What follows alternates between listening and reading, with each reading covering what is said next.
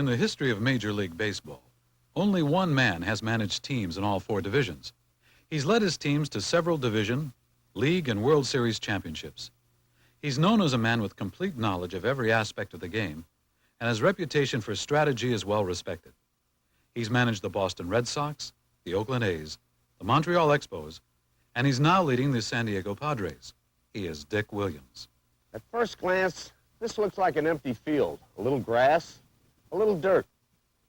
I'm Dick Wiliams, manager of the San Diego Padres, and this is a gem. A diamond shining in America for over 100 years. If you love the game as much as I do, you want to know as much about the basics of playing the games as is possible. Power Basics will give you this and much, much more. It's called America's Pastime, and it's built on legends. Ruth, Garrick, Campanella, Koufax, Cobb, Young, Hornsby. Born from the English game of cricket and rounders, it came to America where stakes were used for bases, and a runner was put out by hitting him with the ball as he ran from post to post. The team that scored 21 aces, or runs, won the game. It was Alexander Cartwright who in 1846 created the rules and organized the first official game. As interest grew, rules changed, and gloves were introduced. Today, the game of baseball is played around the world in almost every country. And here in the United States, it's still the American pastime. Baseball is a game of fundamentals: pitching, hitting, running, and fielding. The most active position on the team is the pitcher, and one of the most respected in the game today is Jerry Royce of the Los Angeles Dodgers. You know, on top of everything that I've talked about, there are probably still some things that have to be said concerning pitching. And there are 3 segments. I've broken pitching down into 3 segments as far as being very successful. One is when you're pitching, the most important thing about delivering that ball is your location. You've got to put that ball in the spot where you want. If you want to throw that ball to the outside corner, get it to the outside corner. Make sure you have that location. The second most important thing is movement on the ball. Movement on the ball, as I defined to you fellas earlier, if I were to have a string from here and right down the middle to the catcher, any movement would be deviation from that string right there. So that's the second most important thing about pitching. And third, I guess, would be the velocity of the ball, simply because if you don't have location and you don't have movement on the ball, it's just a matter of time before the hitters catch up with a particular pitch that you have. So remember it, if you can, in this order. It is, first of all, location, movement of the pitch, and the velocity. Take those things with you. Good luck to you, and have fun while you're out there in the field. The first thing you have to do, gentlemen, is make sure that you're comfortable here on the mound. Assume a position that's comfortable to you prior to getting your sign from the catcher. You look into there, see the catcher, and you get your sign. Okay, now you're ready to start your action. First step, of course, is going to be backwards, but you still have to keep your body in a vertical position. As you do that, you start back, you keep your hands high so that you still have full view of the catcher. Your foot is still in contact with the rubber. At this point, what you're going to do is turn to where you still have contact with that rubber. Come around like this. You're going to be in position right here where you're still comfortable, and it's coming through and delivering the ball. Your follow-through is going to be such that you are still comfortable with both feet, because once you release the ball, you now become a fielder. You've got to not only be a pitcher, be a fielder. Be ready to go cover first base if you have to, if the ball is hit to the right side of the field, or if you have to go and back up a base, whether it be third base or even home. You now become a fielder at this point. Let's take a quick look at what we just learned. Hide the ball as you bring the glove up, and keep your eyes on your target. Keep your foot on the rubber, and turn it as you start your delivery. Keep yourself balanced, stay comfortable, and be ready to field the ball. Watch the delivery in slow motion.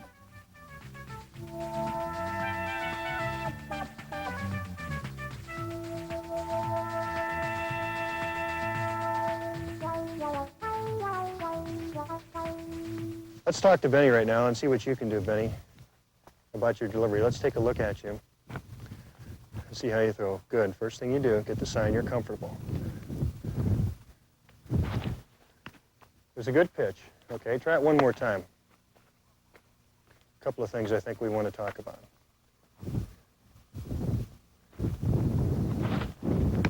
Pretty good. Okay, let's stop right there. One of the first things I saw you do when you were standing on the mound is that as you started your abbreviated windup, you didn't take your hands over your head, which is okay too. You started your windup and you took your eyes off of your target. You've got to keep your eyes on that target at all times. The second thing, on your delivery, as you delivered the ball, you didn't come follow through. You kept the ball like this, and therefore causing the ball to stay up in the strike zone. What you got to try to do is hit a particular spot on that plate, get an idea of where you want to throw it, and follow through, and make yourself become that fielder after you throw the ball. Let's try it one more time. Get your sign. It's a lot better. You notice the improvement? You kept the ball down. It wasn't in the strike zone, but if you're going to make a mistake, you make a mistake low, it's not going to hurt you. You make a mistake up in the strike zone, that's where you find doubles and home runs. Let's try it one more time.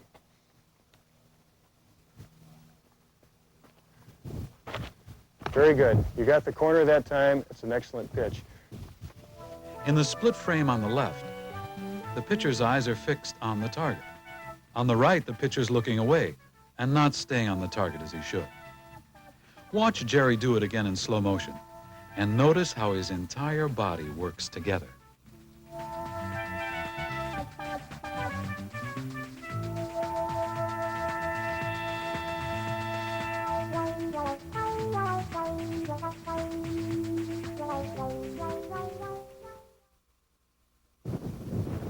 Pitching would be somewhat like hitting in the fact that you've got to have a certain rhythm, a certain deception to the hitter, because when he gets in there, he's going to be making himself comfortable as he can possibly be and look for a particular pitch off of a pitcher.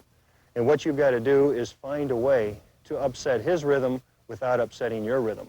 But there are certain tricks, certain things that you can do to keep your pitching motion and your delivery in mind and yet deceiving him, because all he's trying to do is hit what he's seeing. Sometimes what he sees is not actually what you're doing. You can do this a combination of ways. You can throw different pitches, for instance, different speeds of pitches, a fastball that may tail away from a right-handed hitter, a fastball that may go into a right-handed hitter. You may throw a breaking ball at a particular time. He is looking for a pitch based on what he sees when you're winding up. Okay, so now you can change speeds. You can do it a number of different ways, maybe even come from a different direction, not directly overhand, maybe little three-quarters, maybe sometimes even sidearms, although I wouldn't suggest getting in the habit of throwing sidearm. But there are other things you can do. Hide the ball. The best way that you can is probably what you have to do right here. And by hiding the ball, you don't want that hitter to see that ball to get that extra advantage. So you get your sign from your catcher. You start your windup. As you start your windup, you keep that ball hidden. You notice that if you were a hitter, until I deliver this ball, you won't see it until I throw it. I'm at a point like this, still have the balance, looking to throw it, and I have. He didn't see anything from me until the ball actually left my hands. Take away as much advantage from the hitter as we possibly can. Remember to hide the ball in your glove so that the hitter can't see it at all until you actually release it.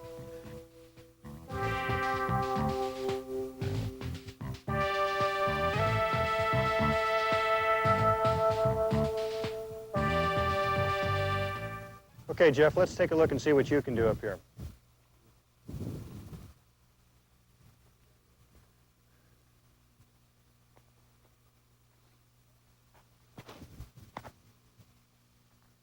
Okay, try another one. Pretty good, right down the middle. Not much, you can ask much more than that. Something else I wanted to point out that I just saw is that you had a tendency while you're here to keep your hands open like this. Now a hitter, especially the smarter hitters, will get a chance to see how you're gripping the ball or possibly how you're moving your wrist. What you've got to do at all times is keep that ball hidden from that hitter. Don't give him any more of an advantage than he feels he already has. So as you're winding up, keep that ball hidden. He can't see your wrist and he can't see the pitch. Try it one more time.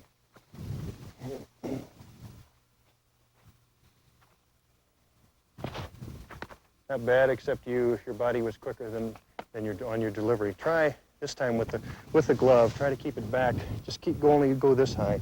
You have a habit, and you've gone back this far. That defeats your purpose of covering up the ball. Keep that glove right about here, okay? And then just come through, keep your eyes on that catcher, and then come all the way through in your follow-up, or you may have to exaggerate it to keep the ball down in the strike zone. One more time.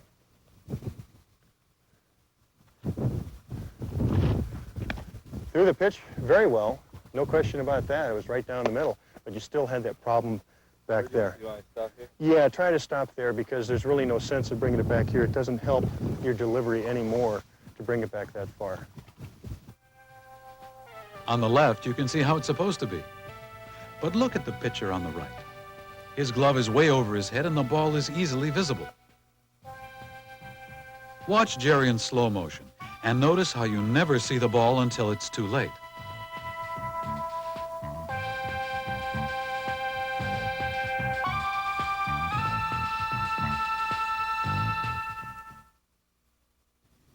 The next things I want to talk about are the grips of the pitches, all right? We're going to talk first of all about the fastball, the curveball, and possibly a changeup, all right? The most important thing about any grip of any pitch is that it's comfortable to you. You may be trying something for the first time, but give it a chance to work with it to see exactly what you can do with a particular pitch. Let's go first with the fastball since that's the primary pitch that most everyone is taught. There are two different schools of thought on a fastball, at least that I've learned. I was taught early to use four seams rotating. By what I mean by four seams rotating is such that you throw the ball so that when you release it, you have four seams rotating in a direction like this. The more seams that you have rotating, the more movement that you're going to have on the pitch. Now, what I mean by movement is deviation from its normal path, its projected path. If you were to hold out a string from the pitcher's mound to home plate, you would have a direct line. Movement is any deviation off that direct line. And it seems that when you throw it with four seams, you get more movement that way. When I throw a ball like this, I get more movement than I do with any other grip. Of course, when I throw this pitch from this grip, I'll try to throw the ball inside to a right-handed hitter, causing it to deviate in toward the right-handed hitter. Try to watch the movement on the ball.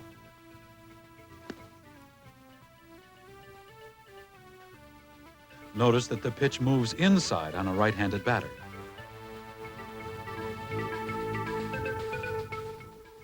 The second grip that I have for a fastball would be with the seams as opposed to across the seams, which I just showed you.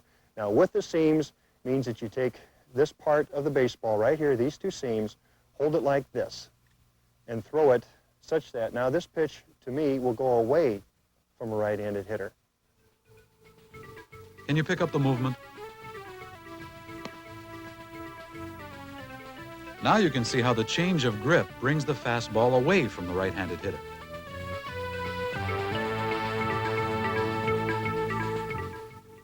I have one pitch of fastball that has two different directions, into a right-handed hitter and away from a right-handed hitter. Remember, the four-seam moves into the right-handers. And the two-seam moves away from the right-handed hitters. The second pitch I want to show you basically is the curveball. Now, with a fastball, basically we're behind the ball like this. With a curveball, we're going to grip it like this, again having four seams rotating. This middle finger that you have will be the finger that pulls the ball through, such that when you throw it, it comes through like this, and the spin will come off like this, causing the ball to not only curve into a right-handed hitter, for me being left-handed, but yet down. It'll have a downward trajectory.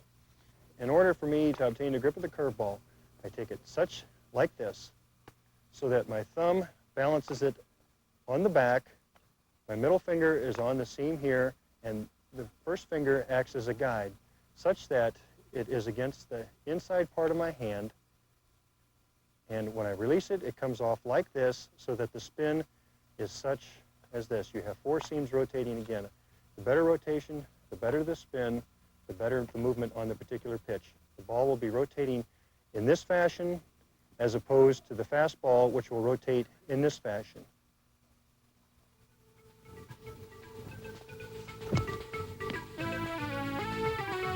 Watch the action on the curve in slow motion.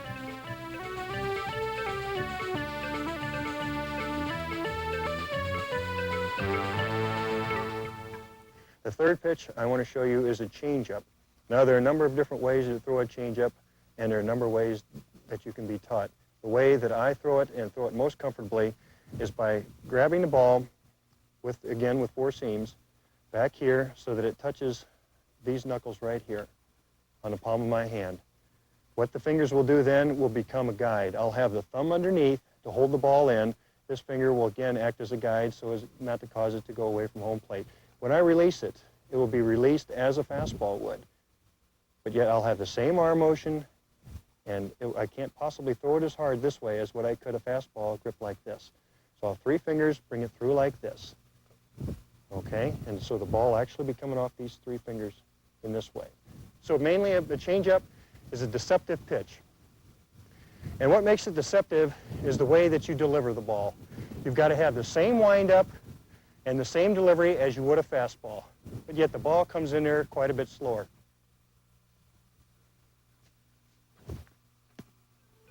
Look at the difference between the fastball on the left and the changeup on the right.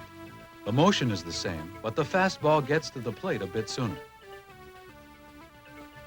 When you master the grip and body motion, you're only part way to learning to pitch.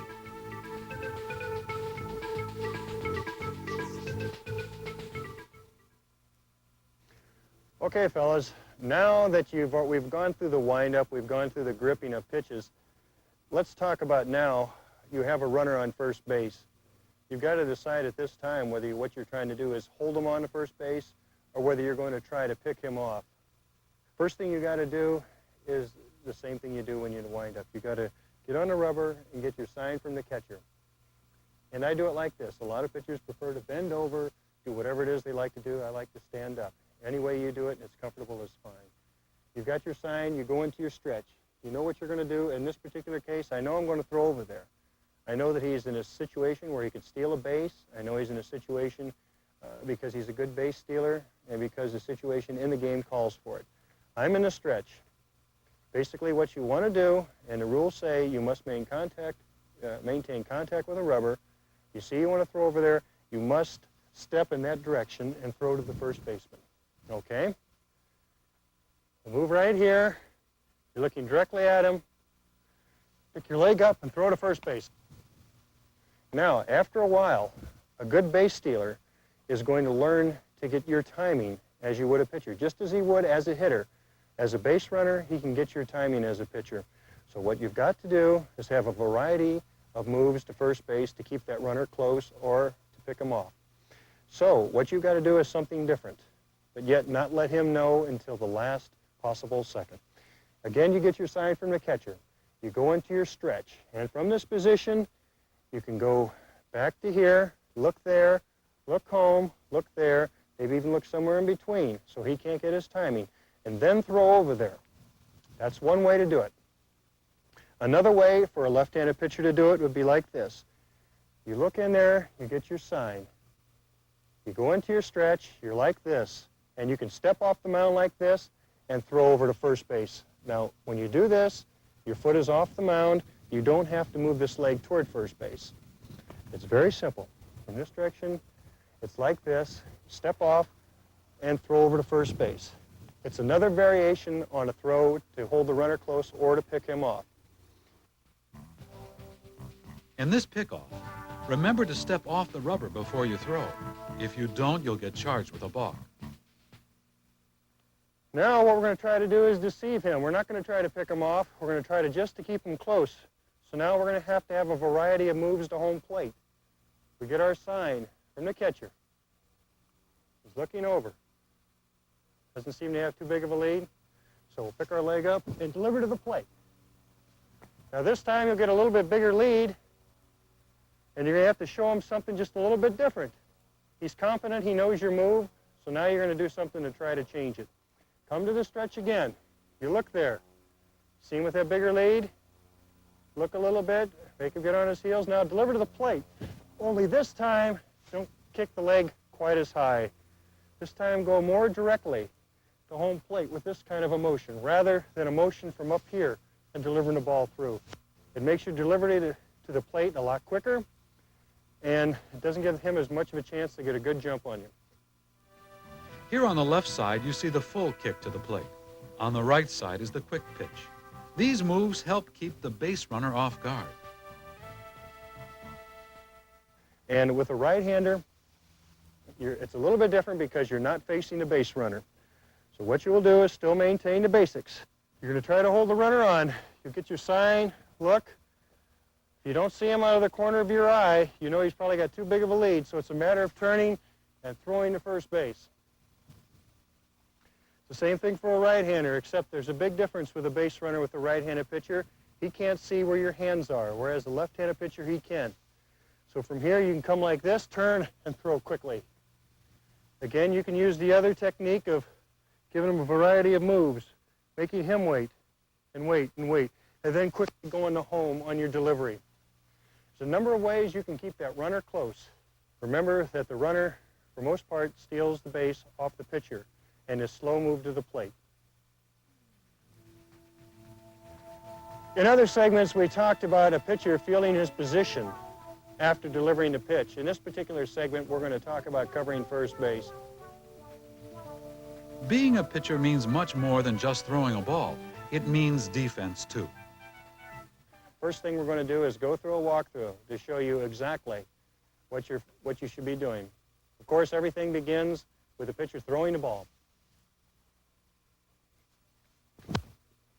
Okay, he sees the ball's hit toward the first base side. He comes along to where he is now parallel to the first base line, gets that ball from the first baseman, tags the base, and comes off of it like that. This time we're going to try it with the ball actually being hit so that you can see the actual timing.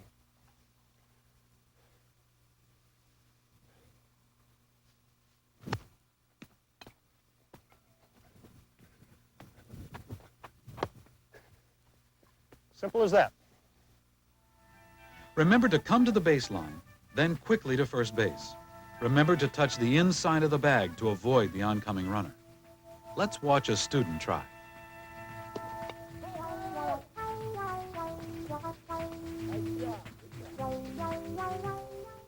Now, there are other times, of course, when things don't always go that smoothly.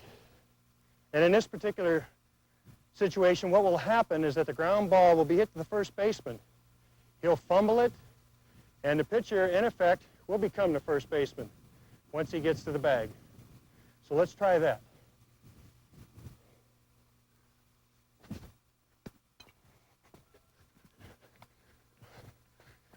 Plant your feet, and take the throw, and come off the base like that. The movement is the same, but once you're at the bag, you have to plant your feet and stretch for the ball. Of course, not each play is as simple and as cut and dried as a ground ball hit hard to the first baseman where the pitcher has to cover first base. There are other times when there are balls hit the first baseman may or may not be able to get to. So what the pitcher has to do in this particular case is field the ground ball himself and turn and throw to the first baseman who will be covering the bag.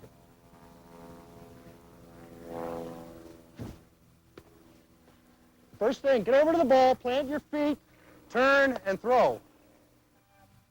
Come off the mound quickly, control the ball, plant your feet, and then throw. Remember, the pitcher must also assist whenever and however he can to keep the other club from scoring. Let's look at what we've learned. When you're pitching, try to keep a fluid motion. Keep your eye on the target, and try to hide the ball from the batter as long as possible.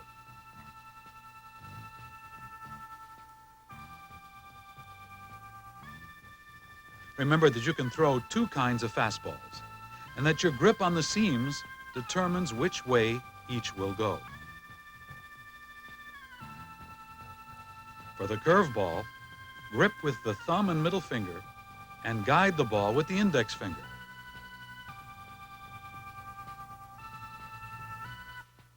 Hold the ball this way for the changeup. Remember, the motion and release are the same as with the fastball. Try to vary your rhythm when there's a man on base to make it more difficult for him to steal. when you must cover first, run to the line, then to the base, and touch the inside of the bag.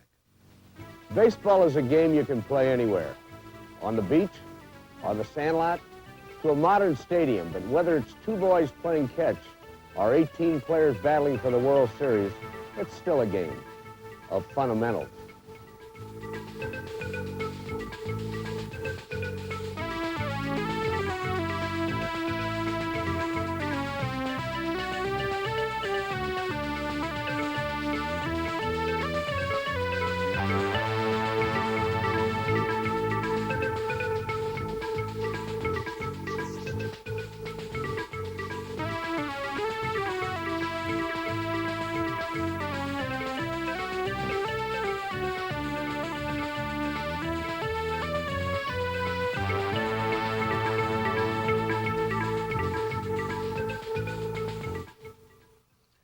Baseball is a game of confrontation, a constant battle between pitcher and hitter. The pitcher wants an out, and the batter wants a hit.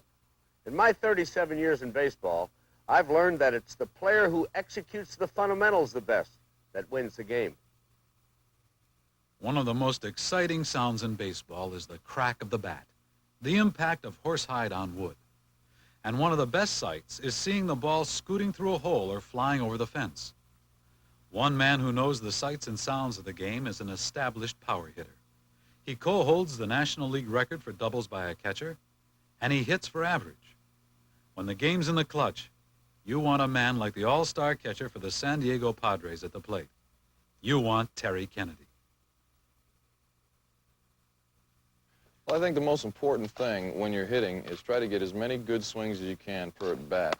That is to say, you want to hit good percentage pitches in your favor. Fastballs that you can get the fat part of the bat on, that you can drive the ball and hit it consistently hard each time up, because that's your goal, is to hit the ball hard somewhere so that you can hit for a higher average and you can drive the ball more, so you can drive in runs and hit properly in your place in the lineup. Do you always swing to hit home runs?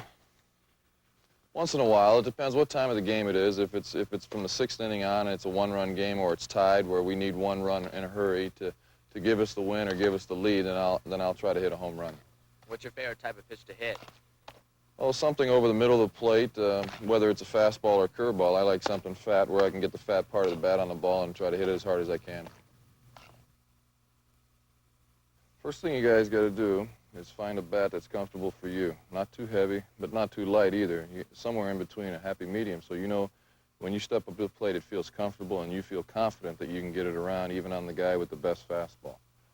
After you find the bat, you step into the box and find a comfortable place in relation to the plate. You don't want to be too far, because then you can't reach the outside corner, and you don't want to be too close, because that sets you up to get jammed on the inside corner. So you find, again, a happy medium. And the best way to do it is to measure it where you reach out and your arm and the bat is straight and you can touch the outside of the plate. Because then when you come up, the plate is covered by the bat, the whole bat. You get a stance that you can feel like you've got good center of gravity, and you feel comfortable where you can drive with your legs, and you don't want to be too close together where you have a long stride this way or way far apart so that you can't pivot your hips. In between, again, somewhere comfortable, where you feel like you're almost sitting on a little stool. After you find your stance, you put your hands in a comfortable position. Some people it's comfortable straight up. Some people it's comfortable at a 90-degree angle back here. Somewhere, wherever it feels comfortable for you and how you can get the job done, that's how you put your hands. There's no one way to do it. But you don't want to get them too far back in here, because it takes a long time to get them around. And you don't want to get them too far out here, because you won't have any power when you get to the ball. Then again, it's a happy medium again, somewhere in between. It feels good to you. And you put your hands where they feel comfortable. Then when you make your stride and your foot hits, soon after your foot hits, the hands come through the strike zone, the hitting area here. Then you make contact and go on through the ball. Let's review these basics to help us remember each step. When you walk to the plate, Remember to touch the outside of it with your bat. Get your body in a comfortable position. Balance your weight evenly. Don't stride too far because you need to be able to rotate your hips. Find a comfortable head and bat position, not too far back or forward. It's important to find the stance that's best for you. Okay, it's what I said about balance. It comes into play here. You got a little bit too much on your back foot. What that does is that makes you shift all your weight to your front foot, and it's going to make you commit too soon. So you want to balance a little bit, 50-50 on each foot, or even more, a little more on the front foot, not much. That's better. All right. Notice the proper stance on the left. And on the right, notice that there's too much weight on the back foot. Stay balanced. Don't stand too far from the plate. If you do, you can't reach the outside corner with the bat. The proper stance is one of the basics you must know to become a successful hitter. The more you practice, the better hitter you will be. So after you find your position in the box, and then the pitcher's making his move to you, making the pitch. You ready? And as you stride, you like I said, you drive with your back leg, and the weight is on the inside of your feet in here. Almost like you're knock-kneed, because what that does is that lets you use that power of the back leg to drive this way, and it lets you stop and hit against the front leg, the inside of the foot of the front leg, so that you can hit behind this foot. And that's what all the home run hitters do. They hit behind this foot and you hit against it. You don't want to go here and then let this leg collapse like this. You hit against it. You start square at the pitcher. This hip goes at the pitcher. And if you're a right-handed hitter, it would be this hip, obviously. But it goes at the pitcher this way. You go square into the ball. You stay squared up until you're going to commit to swing the bat. So you see the pitch, you see it's a good pitch, then you swing. So it's just drive with that back leg and hit against the front leg like this. Then you spin on the back foot this way, which makes the hips go. And it's easier to think of it using spinning on your back foot than it is thinking of swinging your hips, because sometimes you just sort of lose your balance this way. But you don't lose your balance when you pivot on your back toe, You start to swing and then you pivot on that back toe, and it gives you that extension where your hips throw your hands this way, and you get extension, which gives you distance and lets you hit the ball hard. Then if you don't use your hips, your hands, and you swing all upper body, it's going to be like that, and that's what it looks like. And there's not a whole lot there. Remember to step straight at the pitcher, spin on your back toe, hit behind the front foot, and have a smooth follow-through.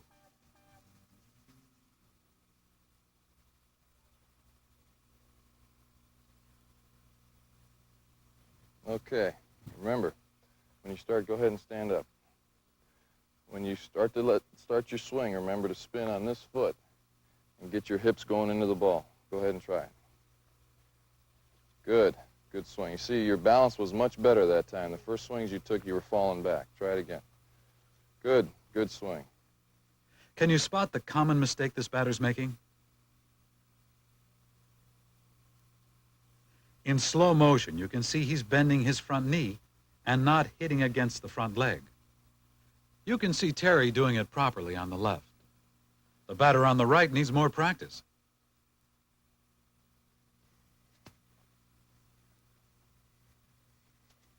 Okay, that's a good example of spinning on that back foot. You're not using your legs at all. You're swinging all upper body. So what you want to do is spin on that back foot, which makes your hips turn, and it'll give you more power and more extension to get out front.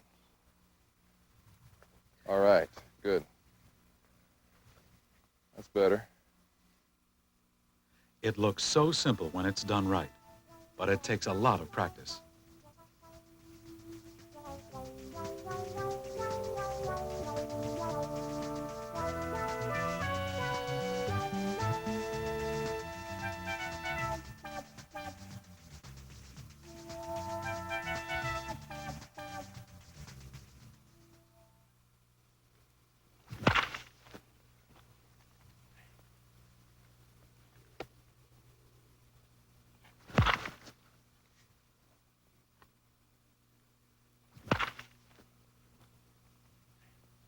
Even in the big leagues, the single most important fundamental is still looking at the ball. It cannot be overstated, the importance of this. So after you determine the pitcher's release point, you pick the ball up from his hand, you watch it all the way in to the area where you're going to make contact, here. Then you do not, after the bat goes through the hitting zone here, you do not follow the ball after you hit it. Your head stays here.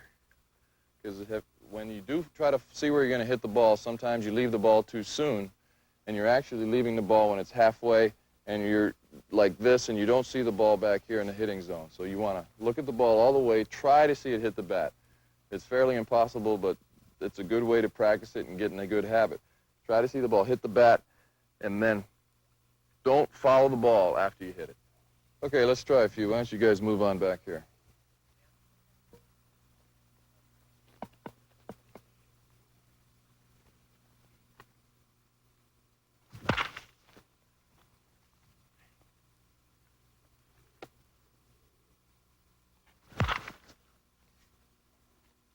Notice Terry's head position as he swings and how he tries to see the ball hit the bat.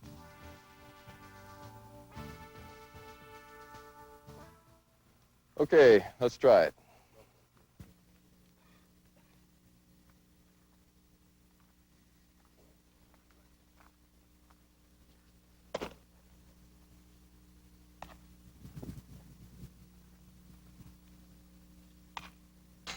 Okay.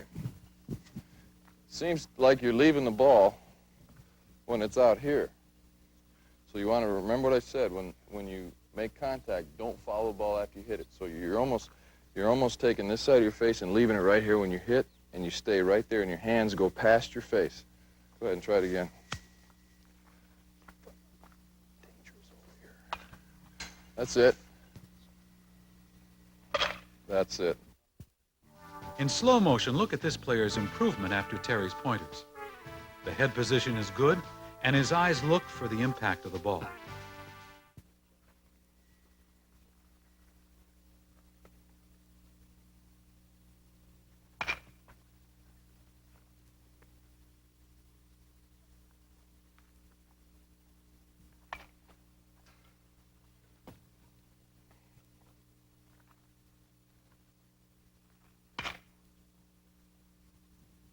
Remember not to move your head too much this way, laterally. Don't get going like this. It's got to pretty much stay still.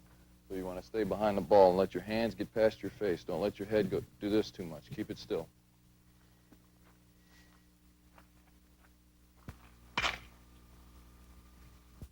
This batter is clearly not in proper balance. This batter has proper head and body position. If you practice the basics, such as keeping your eye on the ball, you'll improve your hitting and have more fun playing the game.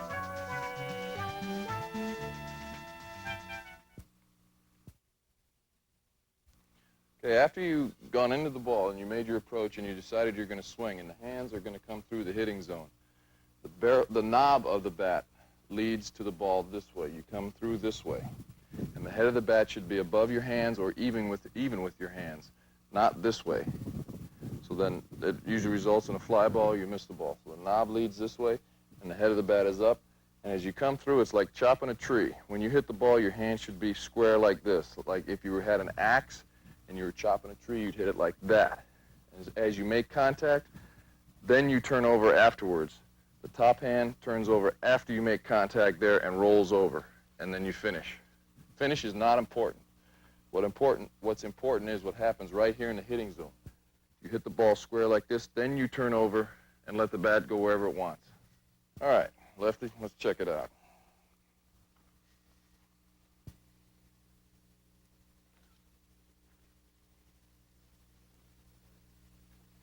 Okay, remember, go ahead and put your hands out here like you're going to start. Okay. The knob leads here. Then you make contact there. Then you just turn over after that. That's it. And let it finish. Good swing. That away. One more time. Good. Watch this hitter try.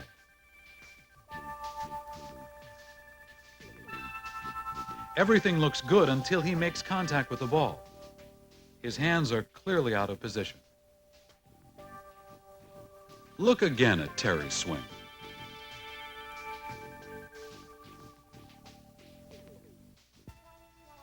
What's wrong with this swing? Right. The bat head is below the hands. You have to keep the bat head above the hands to be a successful hitter. Practice hard and try to visualize yourself swinging just like this, and you may end up hitting like this.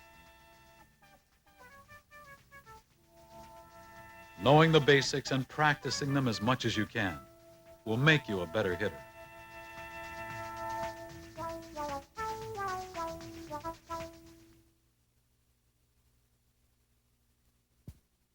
Let's review what we've learned so far about hitting.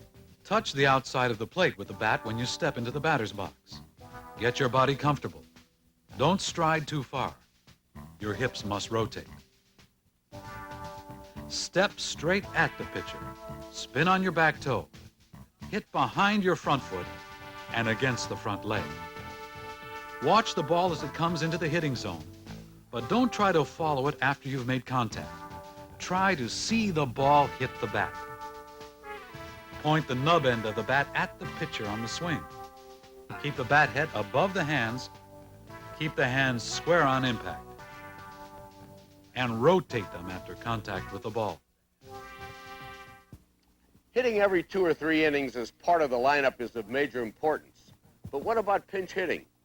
On our team, Kurt Bevacqua has the ability to execute very successfully those abilities of a superb pinch hitter. In tight game situations, something as simple as a bunt can decide who wins the game. I don't look at it as I've only got one at bat. You know, it's tough being a pinch hitter. I get myself ready. I'm prepared when the time comes. I'm loose. I've got an idea what the pitcher's throwing because I've been watching him. A pitcher will go with the pitch if he's getting guys out in certain situations. So you have to look for that. And an important part is being ready and being loose mentally as well as physically. Here you go, TK. You have to have the mental preparation. I think that's a very important factor in being a pinch hitter. And believe in yourself. When I go up to the plate, I think I'm the best. The pitcher's got to get me out because I'm the best pinch hitter in the game of baseball. And that's the way you've got to look at it. You don't say, well, Steve Carlton's on the mound, boy, he's a good pitcher. You get up to the plate and you say, I'm whoever you are, and Steve Carlton's got to get me out because I'm the best. And that's the mental part of it. And the physical part of it is just take care of itself. If you can do it and you work on it hard enough, you'll be able to do it.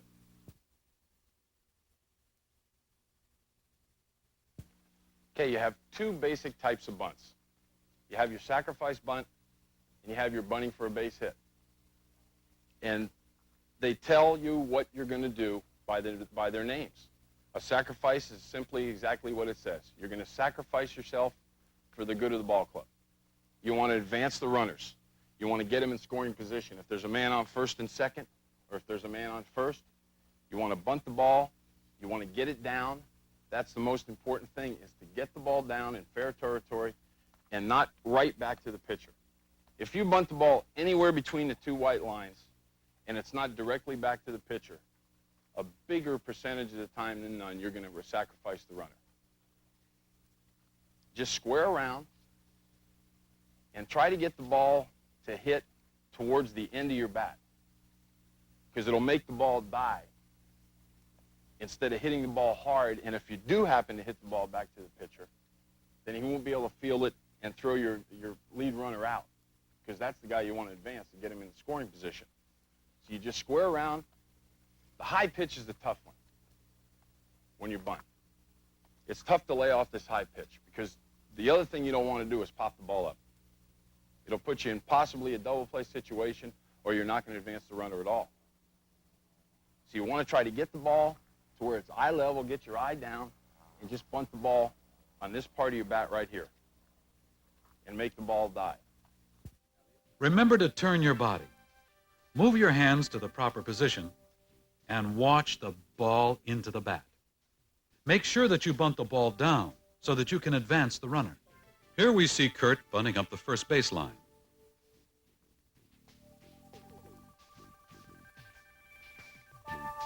Now he's aiming it toward third.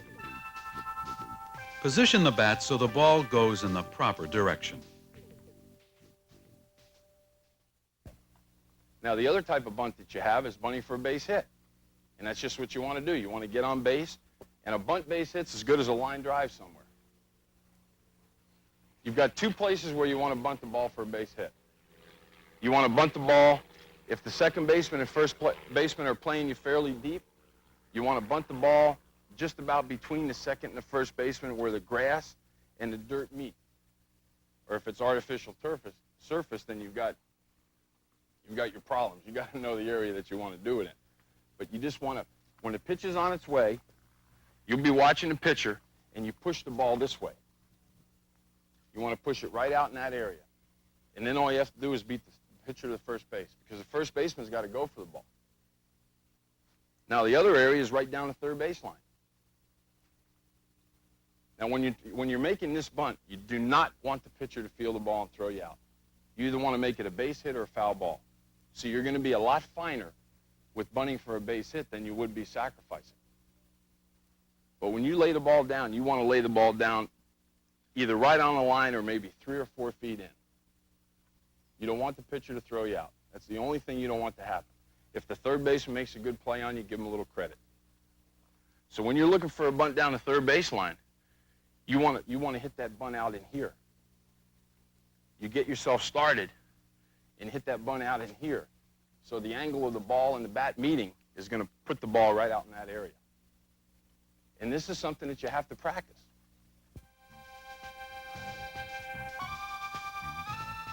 Watch in slow motion as he bunts toward third base.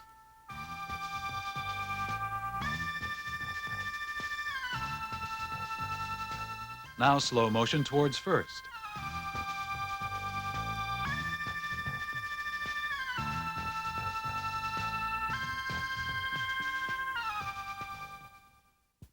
As Kurt has explained, when bunting for a sacrifice, place the ball on either side of the pitcher's mound and the bunt should be successful. When bunting for a hit, either place the ball down the third baseline or in the area between the first and second baseman at the edge of the infield grass.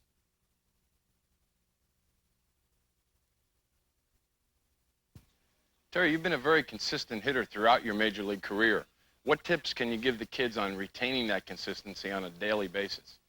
Well, I think it's important to use batting practice constructively. Make sure you're looking at the ball in batting practice. Don't follow it after you hit it. Hit the ball the other way to keep your swing in a groove. And make sure that you use the time well and not just swing and try to see how far you can hit the ball. And in your case, where you don't play every day, Kurt, how do you stay in a groove? You know, you're playing different positions and being a utility man and our right-handed pinch hitter. How do you stay in a groove? Well, I follow the same format as you do. I try to hit the ball the other way when I take batting practice and back through the middle, because you fall into bad habits if you try to yank the ball and you don't play on a daily basis. Your front shoulder will come out, your front hip, and those are very important factors as far as keeping your head in on the ball. So if you try to hit the ball back the other way or to right field and up the middle, then you can keep your stroke down. I think pepper is very important. If you play pepper daily or every other day, you keep your eye on the ball, and I think pepper is a very important factor on keeping your eye on the ball throughout when the times that you're not playing. Winning the game is, of course, very important, and you can't do it without good hitting. If you're going to win, like pitching and fielding, hitting is one of the basic elements of baseball.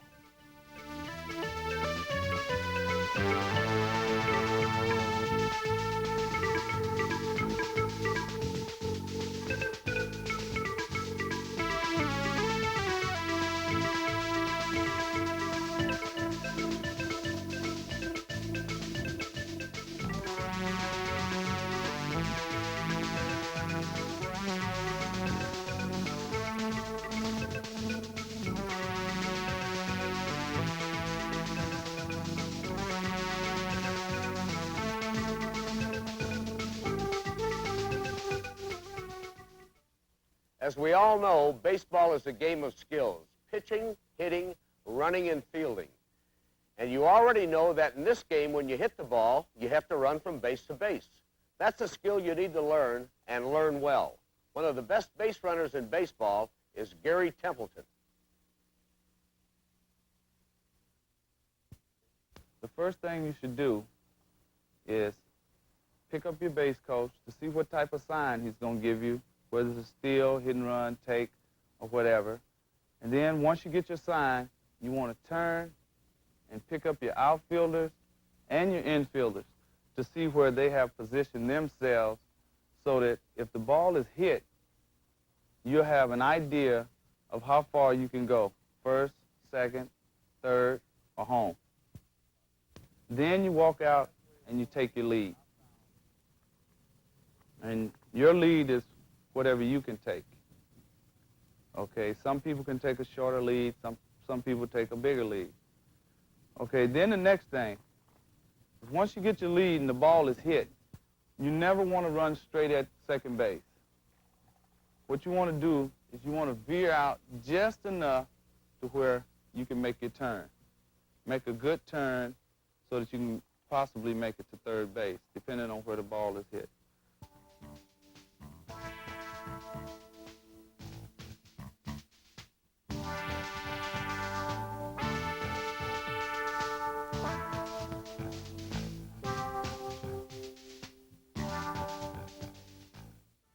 So you get out here, you done got your sign, and the ball is hit, and your first reaction should be, once the ball is hit, is to have a crossover step.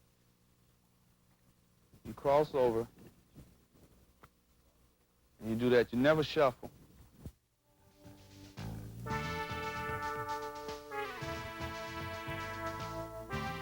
In slow motion, you can really see the crossover step. Remember, don't shuffle.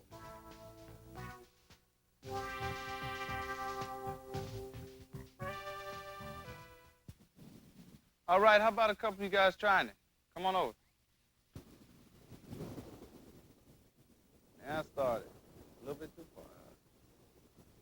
Yeah, that's good. That was real good, except for one thing. You might have went just a little too far out, but I know that was real good, though. You came straight at the bag, and then you veered out about halfway. That was real good. Just might have went a little too far out, but that was real good.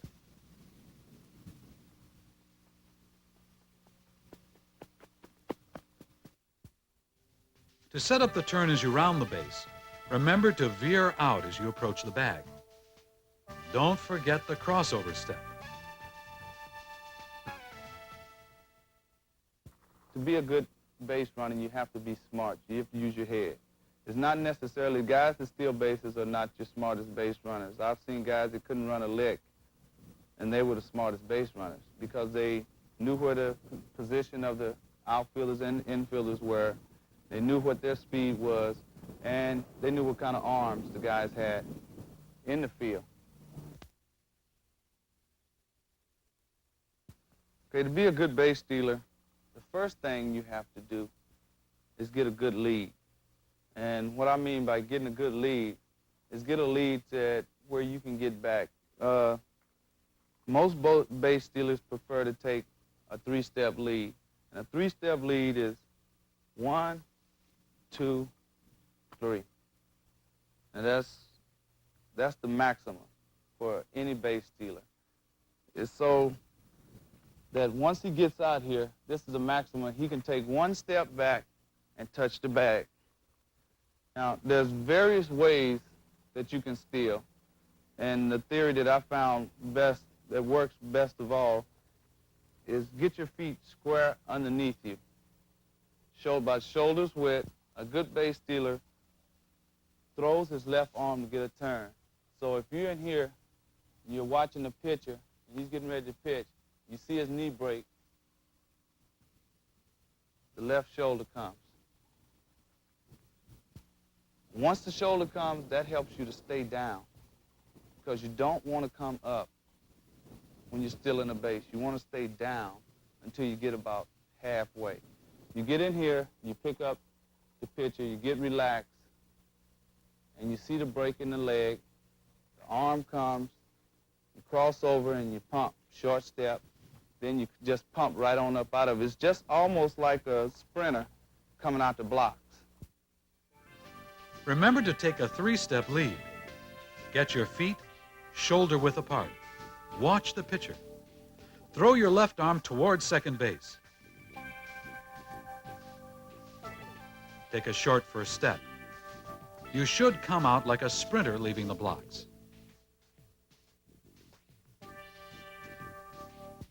Okay, the next guy try to steal.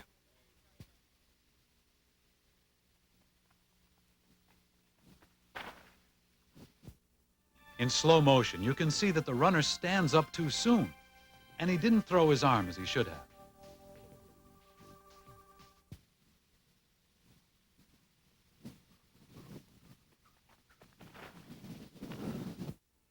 Let's take a look at our runner's feet.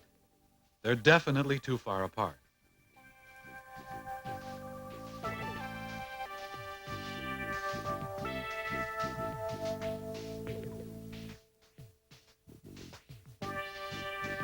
As he starts his slide, he doesn't go straight for the bag. Remember, the shortest distance between 2 points is a straight line. You want to keep your eyes on the pitcher. Say, if it's a right-handed pitcher, the things you look for on a right-handed pitcher is his front leg. Because most right-handed pitchers, when they come set, in order for them to pitch, they usually have a break in their knee. The knee breaks a little bit. Once you see the knee break, you should break. Because if he breaks and he comes to first base, it's a balk.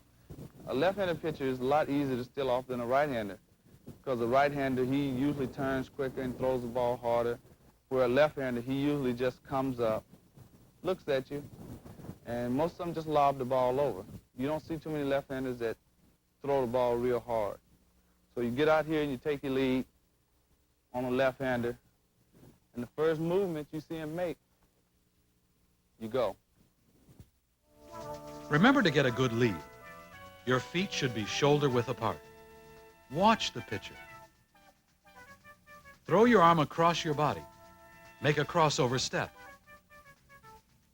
Keep low and go straight for the bag.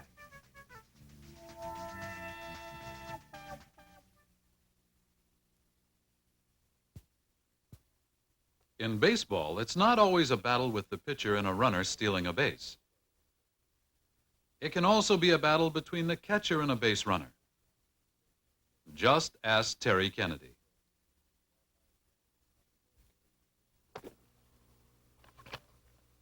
All right, guys, why don't you come on around here? Let's talk about catching.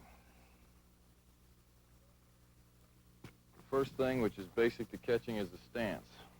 So you want to find a stance that's comfortable and where you can move quick. That's about a little wider. You move your feet a little wider than your shoulders so that you can move quickly to the left or to the right, and you can come out and block balls and throw balls. And you find a stance that feels good to you, and you got to keep your rear end up a little bit so that you can move. You don't want it way down here. You don't want to be on your heels down like this. You don't want your elbows inside. You want to be up on your toes and forward a little bit, and your hands out here so that you can move. So after you find your stance and you're ready to give the signs, you want to use your glove hand to block out the third base coach and anyone else that might be stealing signs down there. So you put your glove right here on your left knee. Put your hand between your legs here, up high, so your legs block it out from the first base coach, and you give your signs: fastball, curveball, slider, or change, whatever it be. Then you get up into your stance. You're ready to go. You give your target a nice low target. And as the ball's coming in, you turn your glove sideways here, which relaxes your hand and allows you to catch any pitch that's in the strike zone or out of the strike zone. So as the pitch is coming in, you just drop your glove a little bit. It relaxes your hand to let you move quickly. Remember to keep the mitt on the left knee to block any view of the signals. Be sure to give the signals high between the legs. In the ready position, you give a low target. You're up on the toes and ready to move in either direction. Stay relaxed and balanced. As the ball comes in, turn the glove to relax your arm for the catch. Now, when someone is stealing, you're down in your stance, and you know that the guy might steal the base. First move, after you get into your ready stance, you step forward with your right leg, and then you catch the ball with two hands. You take glove, ball, and all through the letters to the throwing area here, release point. Then you take your left foot, you take your stride, keep your eyes on second base bag, and throw through the bag. So let me try it.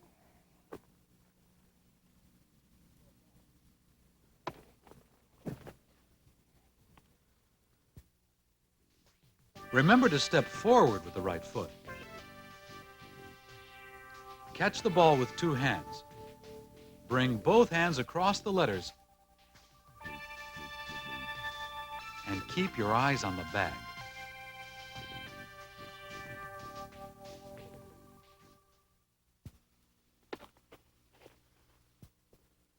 Good throw. And when you throw to second, remember, you want to throw it to the chest, because if it's too high, he can still reach it, and if you do throw it low, then it'll be right on the bag. You don't want to aim for the bag, you want to aim right here for the chest.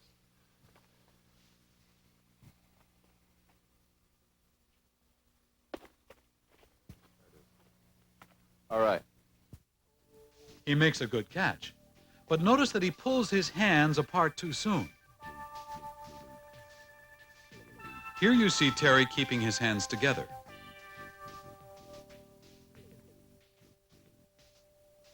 The student's hands are clearly separated.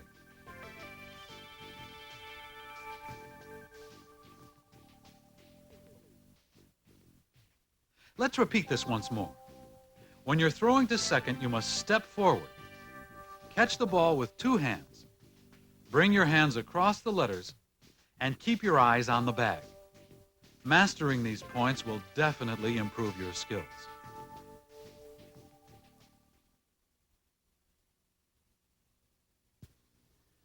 Defense is a very important part to the game of baseball. Knowing how to field your position is another key to winning. Okay, fellas. The first thing, and one of the most important things when you're playing in the infield, is you want to be comfortable. You want to get your balance. I prefer my shoulders being square down with my stance, have my stance squared up with my shoulders. And you have to have some type of movement when you're playing in the infield. And the only reason why I say movement is because when the ball is on its way, you want to come to a set position, somewhere set. You should have your knees bent and your glove down, so that if the ball is hit hard, the glove is already down.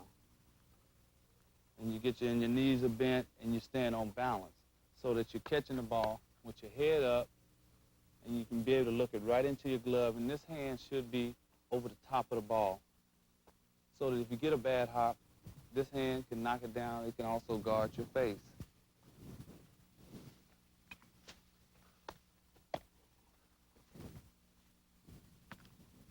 You want to make sure you stay down on the ball. You know, you can always come up better than you can go down on it. So that's one reason why you want to stay down on the ball. Stay low, get your glove down early, and use two hands to control the ball.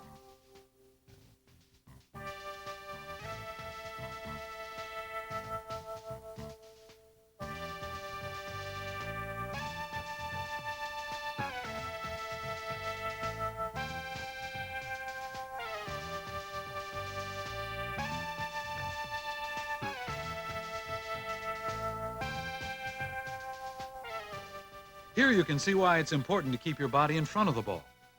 If it takes a bad hop, you can still keep it in front of you and make the play.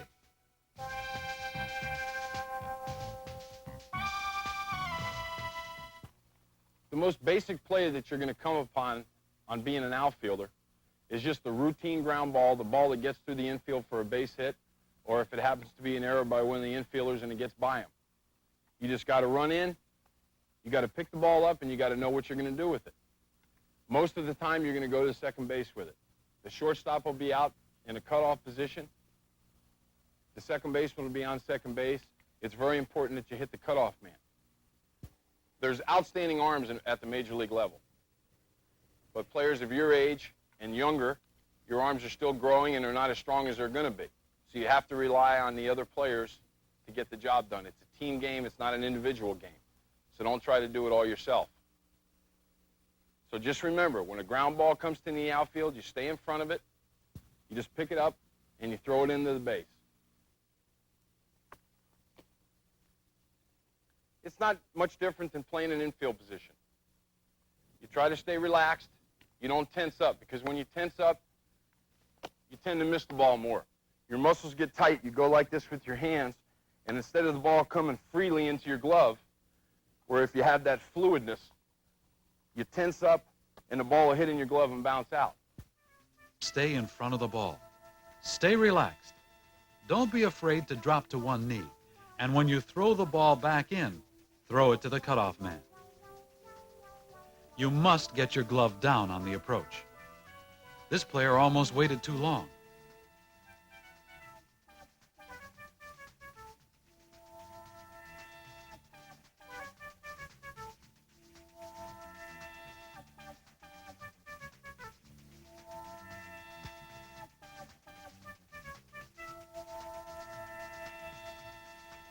Watch how Kurt does it correctly.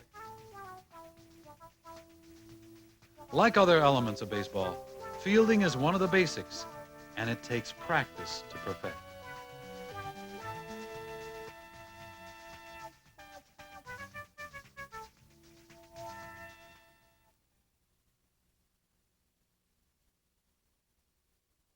Okay, on infield pop-ups, once the ball goes up, you flip your glasses, you go back on it, and then you come to it. And remember, you catch it off to the side, either to your left side or your right side, whichever one is more convenient for you. By this way, it helps you to watch the ball all the way into your glove. Because if you try to catch it over your head, a lot of times you're going to end up missing it, or a lot of times the ball might hit you in the head, or it's going to drop down. Get your glasses down, move to the ball.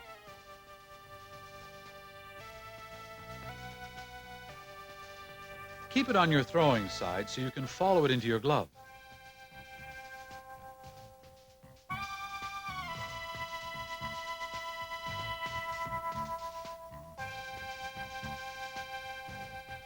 This fielder does it fine up until the catch. He catches it in front of his face instead of at the side. Watch in slow motion as Garry demonstrates the right way to do it.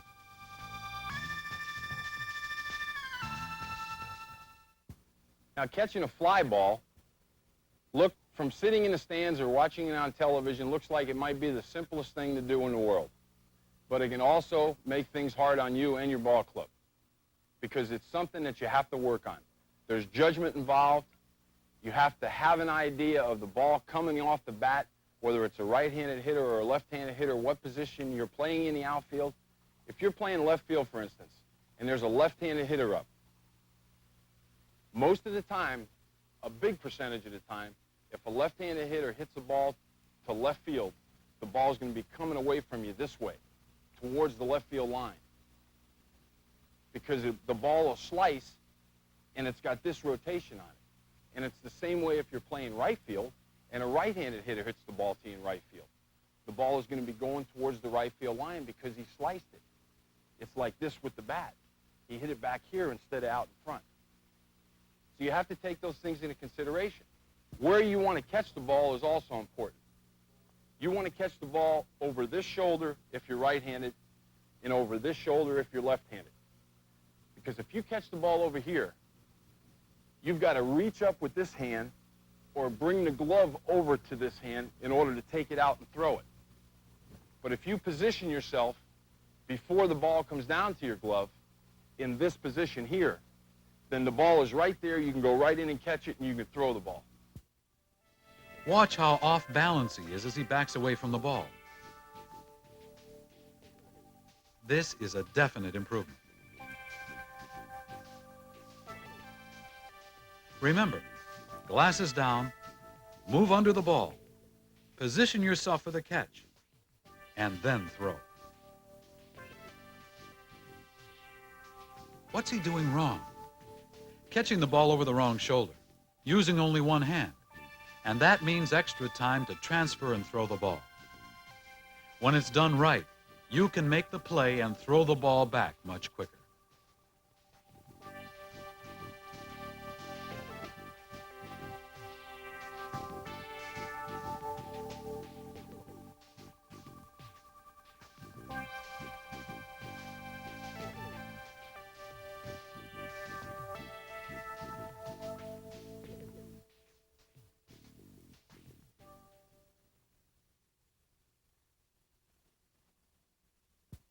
Let's go back and look at what we've learned in these 3 programs on the power basics of baseball. When you're pitching, try to keep a fluid motion. Keep your eye on the target, and try to hide the ball from the batter as long as possible.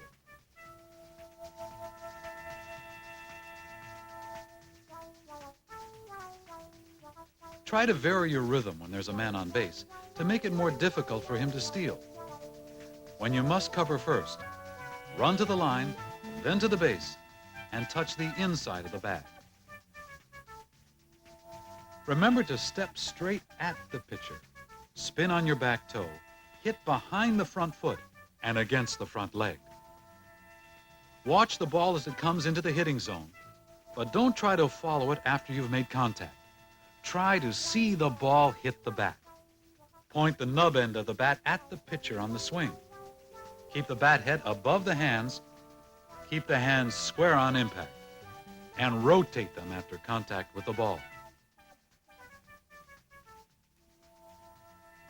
When bunting for a sacrifice, place the ball on either side of the pitcher's mound, and the bunt should be successful. When bunting for a hit, either place the ball down the third baseline or in the area between the first and second baseman at the edge of the infield grass. When running from the base on a hit, remember to start with a crossover step. Don't shuffle, and keep your body low to gain speed. As you approach the next base, veer out as you approach it so you can round it. When stealing, take a 3-step lead, feet shoulder-width apart. Watch the pitcher. Throw your left arm across the body. Take a short first step. Slide straight at the base. When catching, keep the mitt on the left knee to hide your signals. Signal high between the legs. Give a low target. Stay relaxed and balanced. When you're throwing to second, you must step forward. Catch the ball with 2 hands.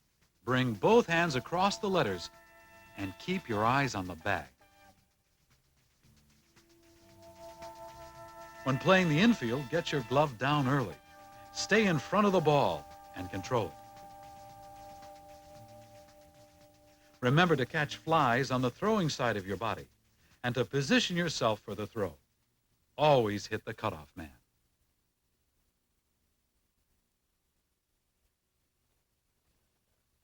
Okay, I'm going to give you guys a special tip, something that has helped me throughout my career that has always done a lot for my range, and that is when a ball is hit up the middle or is hit in the hole where I have to backhand the ball or I have to stretch for it, the thing that's helped me out a lot is that I always go after it like I'm stealing a base.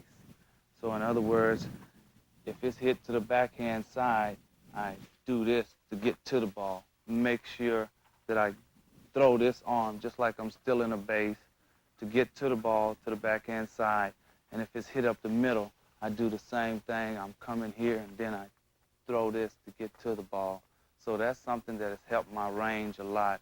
And that's one reason why I do have a lot of range, because I concentrate on throwing either hand to make sure I can get over there or get over there to catch the ball, and I go after it like I'm stealing. When you're playing in the outfield, know everything you're going to do ahead of time before it even happens. There's really not that many situations that you're going to have playing the outfield. Know what you're going to do if a guy hits a double. What base you're going to throw to. And the most important factor on being an outfielder is hit the cutoff man. That's what they're there for. The shortstop and second baseman will be coming out somewhere into the outfield area when there's a ball hit in one of the gaps between left center or right center or down one of the lines.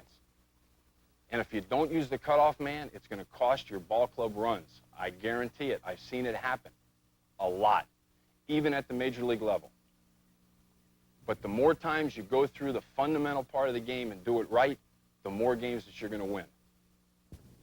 You've seen that baseball is a game of fundamentals, and if someday you would like to be a big league player like Kurt Bevacqua, Terry Kennedy, Jerry Royce, and Garry Templeton, now is the time to start learning and practicing on your hitting, your pitching, your base running, and your fielding. I know Power Basics will help you improve your game and will give you direction for a solid future in baseball.